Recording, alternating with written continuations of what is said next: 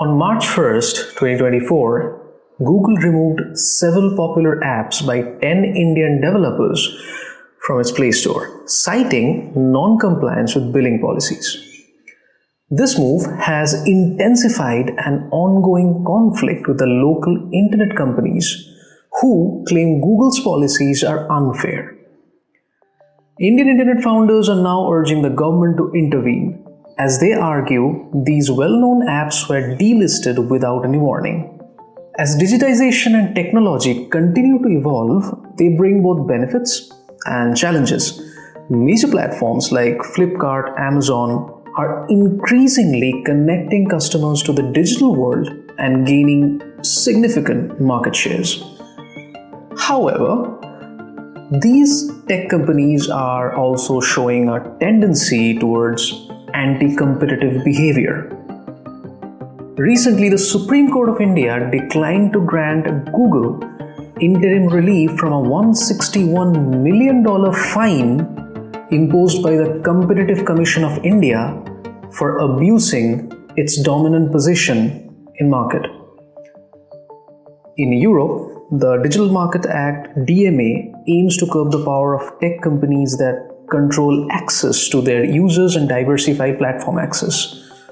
Similarly, in December of 2022, India's Parliamentary Standing Committee on Finance suggested a new law, the Digital Competitions Act, to regulate the digital competition. The Ministry of Corporate Affairs then formed the Committee on Digital Competition Law to assess the need for such a law. This led to CDCL's report, which recommended an ex-ante regulatory framework to govern digital markets. The report also introduced the Draft Digital Competition Bill of 2024, targeting large digital companies referred to as Systematically Significant Digital Enterprises, SSDEs. Note the term ex-ante, which is a key term in this context, as compared to ex-post framework, which intervenes after an event occurs. Ex-ante framework intervenes before an event occurs. It's a predictive regulation rather than a reactive regulation.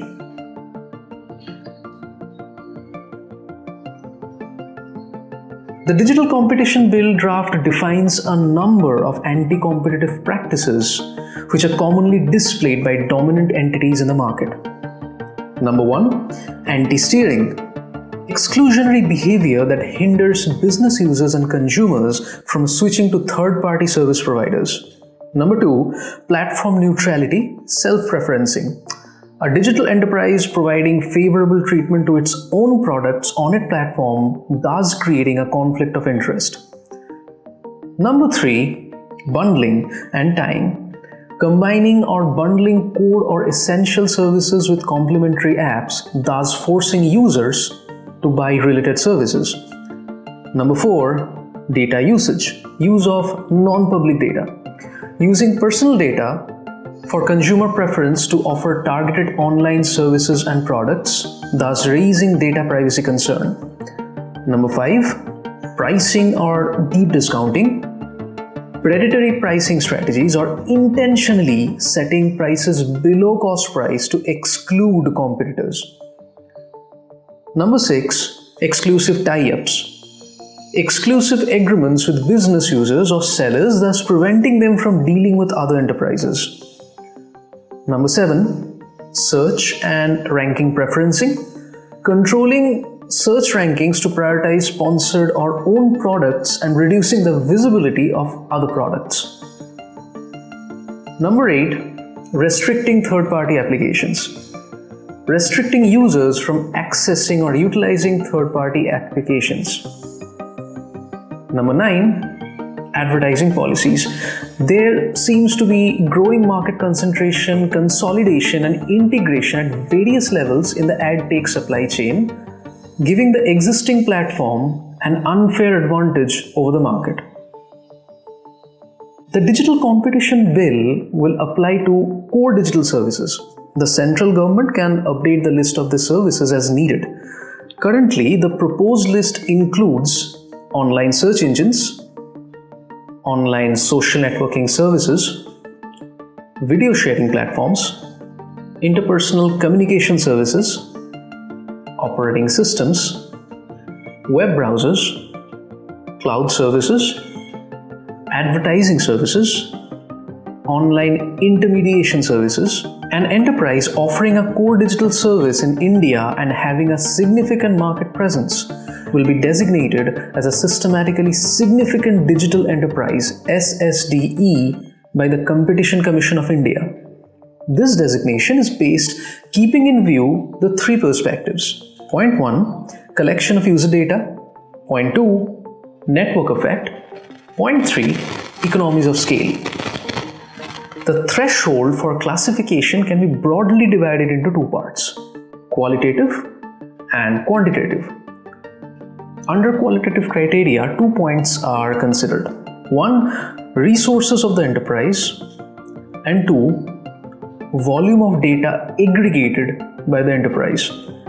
Under quantitative criteria, 2 points are considered: financial strength of the enterprise, and second, the spread of the enterprise in the market. The specific methods for calculating these numbers will be detailed in future regulations. If an enterprise is a part of a group, these metrics will be calculated for the entire group. Enterprises must notify the CCI within 90 days of meeting these thresholds for any of their core digital services.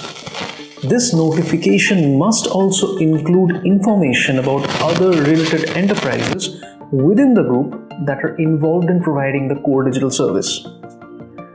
The CCI can designate an enterprise as an SSDE even if it doesn't meet the above threshold if it believes the enterprise has a significant presence in the core digital service. If an SSDE is part of a group, the CCI may also designate the other related enterprises within the group as Associated Digital Enterprises or ADEs. An SSDE or an ADE will hold that designation for 3 years. This designation will be automatically renewed unless the SSDE applies for revocation due to no longer meeting the thresholds or if there is a significant change in market dynamics. Failing to adhere to the regulations may attract heavy civil penalties, which is capped at 10% of the global turnover of the SSDE. Major companies like Apple, Google, Amazon, Meta, Uber, Flipkart have criticized the draft Digital Competition Bill, arguing that there are no successful global examples of such regulations. Indian companies dominate digital sectors like food delivery, ticket booking, travel aggregation. Many of these companies might be affected by the bill as the providers of online intermediary services. However, some requirements in the bill could signify challenge to their business models. One provision prevents SSDEs from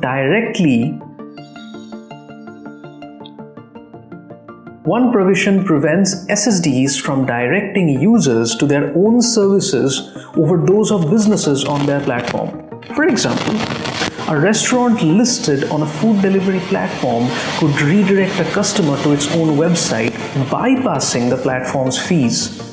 Since food delivery platforms rely on these fees, this could threaten their viability.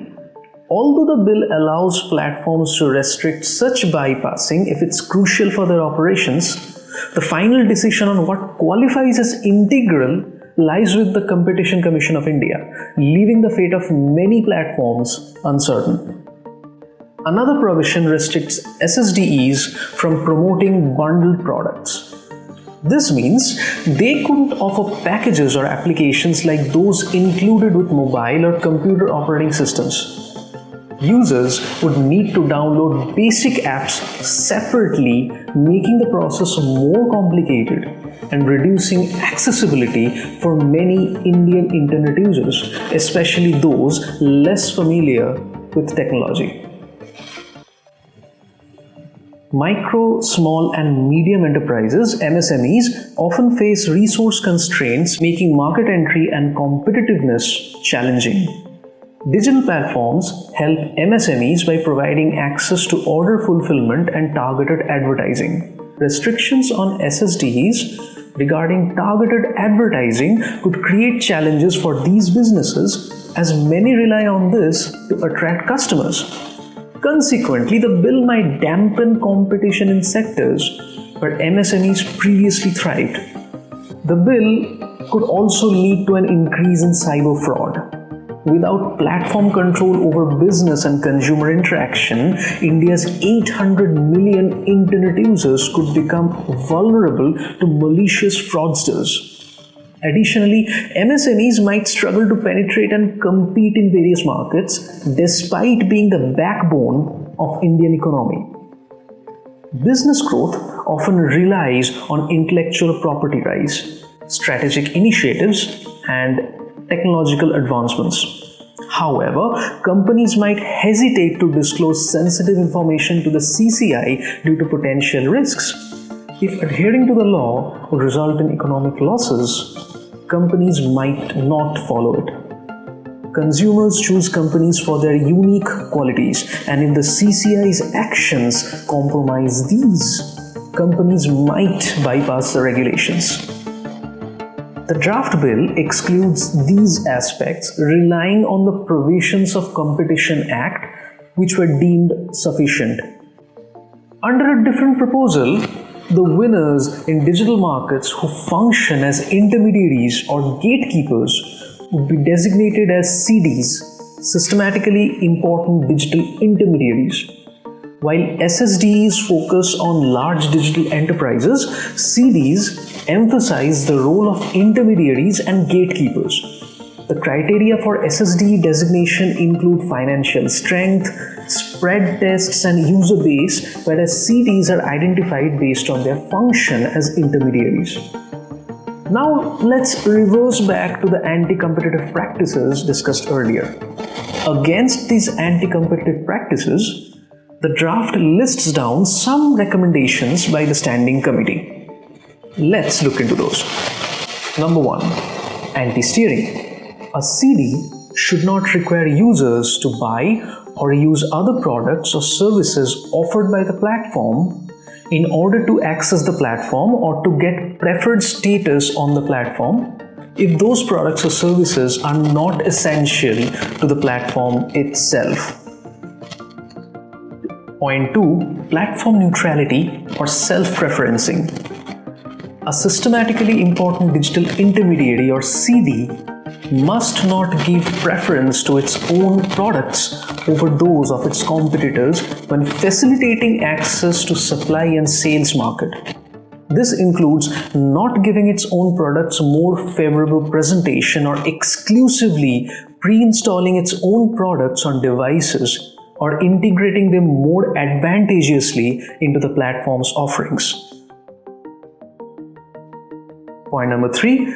Bundling and tying. CDs should not require business users or end users to subscribe to or register for an additional services in order to use access, sign up for, or register with the platform's core service. Point number 4. Data usage. The committee recommends that a systematically important digital intermediary CD should not, point 1, use personal data from users of third-party services on its platform or provide online advertising service. Point 2, combine personal data from its core service with the data from other core service, additional services or third-party services. Point 3, use personal data from one of its core services for other services it offers, and vice versa. Point 4, automatically sign in users to other services on the platform to combine personal data unless the users are given a clear choice and they consent. Point 5, acquisition and mergers. The CCI must be informed about any planned mergers or acquisitions in the digital sector, even if they are not required to notify the Commission. A CD should also provide this information before implementing such changes, whether it's after making an agreement, announcing a public bid, or acquiring a controlling interest.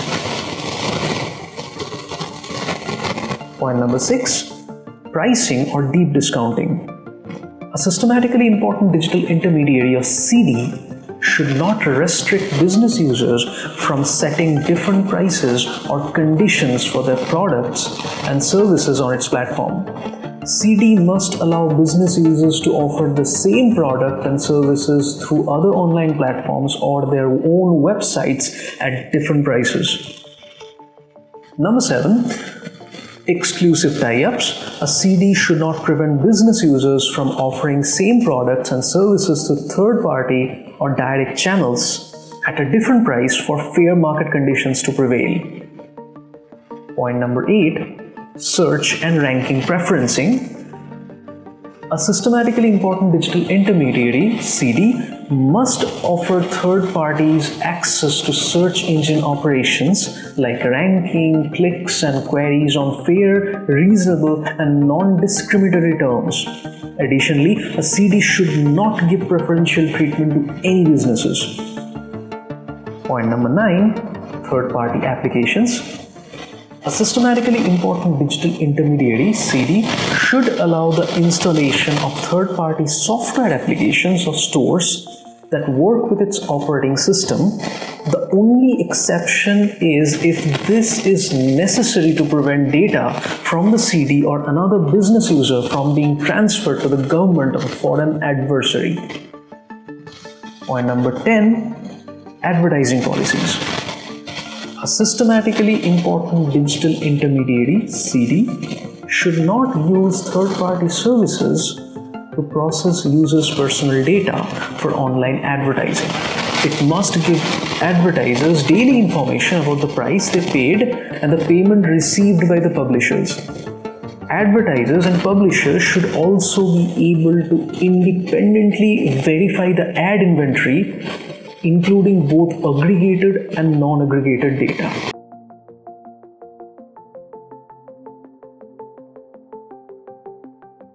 A key question is when the proposed measures will effectively strengthen the competition law.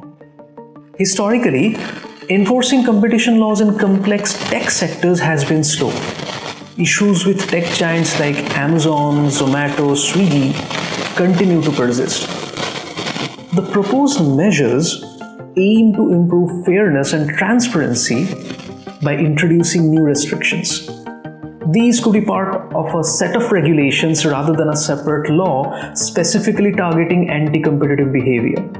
However, the success of this initiative depends heavily on a well-planned and effective implementation process. Overall, the bill is a bold attempt to regulate digital markets with preemptive measures. Its effectiveness and impact will need to be evaluated over time. The success of these regulations will vary based on factors such as enforcement, how companies adopt, and the changing market dynamics.